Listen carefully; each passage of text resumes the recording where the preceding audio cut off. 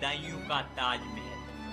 दोस्तों, आगरा के ताजमहल के बारे में तो पूरी दुनिया जानती है, लेकिन बदायूं का ये जो ताजमहल है, इसके बारे में बहुत कम ही लोग जानते हैं। बदायूं का ताजमहल भी आगरा के ताजमहल की तरह ही मोहब्बत की निशानी है और इसको बदायूं के नवाब इखलास खां की बेगम ने अपने शोहर की याद में इस मकबरे को बनवाया था।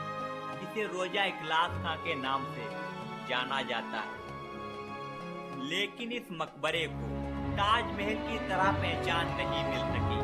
मकबरा इखलास खां को सन 1690 ईस्वी में नवाब इखलास खां की बीवी महबूब बेगम ने अपने शोहर की याद में बनवाया था। इस मकबरे की लंबाई 152 फुट और इस मकबरे की चौड़ाई 150 फुट है, जिसे ककैया ईंटों से बनाया गया था।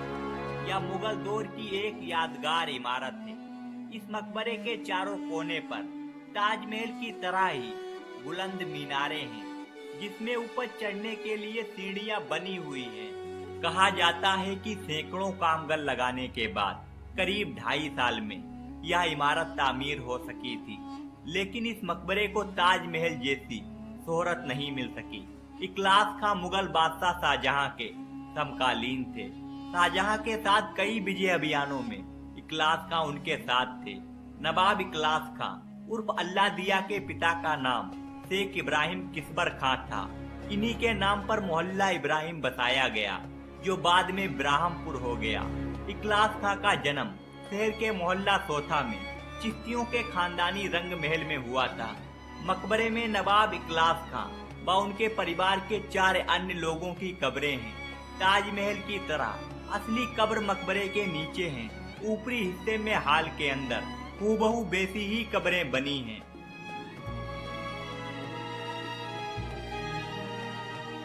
मासूकाओं और बीबियों के नाम पर बनने वाले मकबरे तो आप सुनते रहे होंगे, मगर क्या आपको मालूम है कि किसी बेटे ने अपनी माँ की याद में भी कोई मकबरा बनवाया था?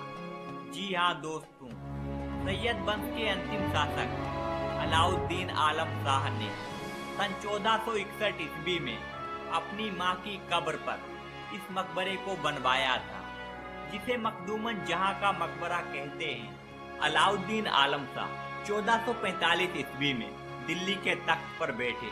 ये एक कमजोर शासक थे। 1447 ईस्वी में उनका वजीर हुमायूं के बीच कुछ मतभेद हो गया।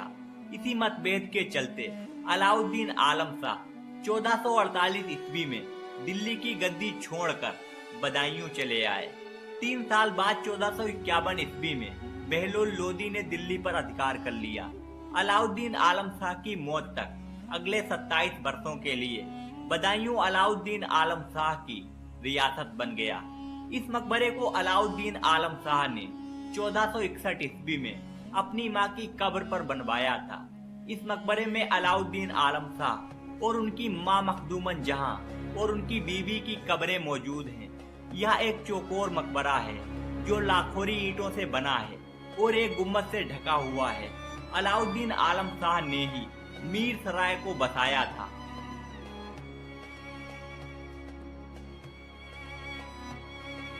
अगर ताज के साये में जमाने की रवानी है, तो तारीख के पन्नों में मेरी भी कहानी है। ऐसी ही कुछ कहानी मुमताज महल की सगी बहन शाह परवर खानम और उनके शोहर नवाब फरीद मकबरे की है।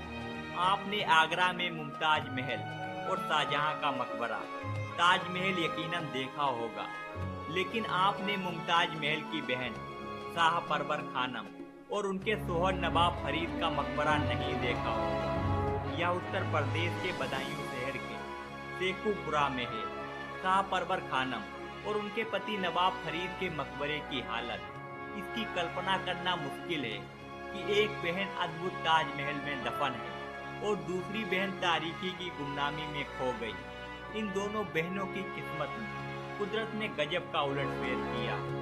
जहां एक बहन का मकबरा दुनिया के 8 अजूबों में शामिल होता है, वहीं दूसरी बहन का मकबरा तारीखी की गुमनामी में खंडर में तब्दील हो गया।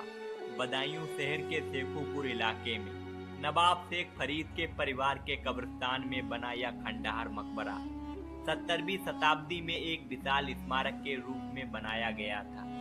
इसके भीतर नवाब फरीद और उनकी बेगम शाह परवर खानम और उनके 2 बेटों की कब्रें हैं। यह मकबरा मुगलों की याद दिलाता है जब शेखुपुर बदायूं का शक्ति केंद्र था। नवाब फरीद बदायूं के गवर्नर और मुगल सम्राट जहांगीर के 2 शरीक भाई कुतुबुद्दीन कोका के बेटे थे। नवाब फरीद ने उस समय मुगल सम्राट नूरुद्दीन मोहम्मद जहांगीर उर्फ शेखू के नाम से इस किले का निर्माण किया था, जिसे शेखुपुर का नाम दिया गया था। नवाब फरीद की शादी मुगल रानी मुमताज महल की बहन शाह परवर खानम से हुई थी। यह मकबरा छोटी लाखोरी ईंटों और चूने की चुनाई से बनाया गया था।